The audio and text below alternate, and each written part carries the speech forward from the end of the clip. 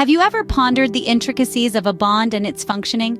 Well, today we delve into the world of bonds, demystifying this financial instrument and making it understandable for everyone. To kickstart the conversation, a bond, in its simplest form, is a loan. It's a financial instrument that represents a debt owed by the issuer to the bondholder. Think of it as an IOU, where the issuer is the borrower, the bondholder is the lender, and the bond is the agreement between them. In this agreement, the issuer promises to pay back the loan by a specific date, known as the maturity date. On top of that, the issuer also agrees to pay the bondholder a fixed interest, commonly referred to as the coupon, at regular intervals. Now that we've broken down what a bond is, it's time to explore the different types of bonds.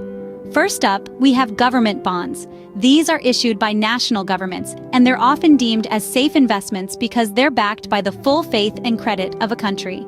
Next, we have corporate bonds, which are issued by companies. These can be a bit riskier than government bonds, but they usually offer higher interest rates to compensate for the increased risk. Following corporate bonds, we have municipal bonds, issued by states, cities, or other local government entities. These are often used to fund public projects, like building schools or highways. Lastly, we have agency bonds, issued by government-sponsored entities. These are somewhat of a hybrid, carrying lower risk than corporate bonds, but higher risk than government bonds. Now, not all bonds are created equal. They're graded based on their creditworthiness, which is essentially the issuer's ability to pay back the debt.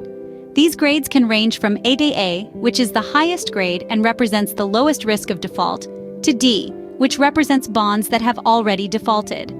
A bond's grade is extremely important as it influences the interest rate that the issuer has to pay.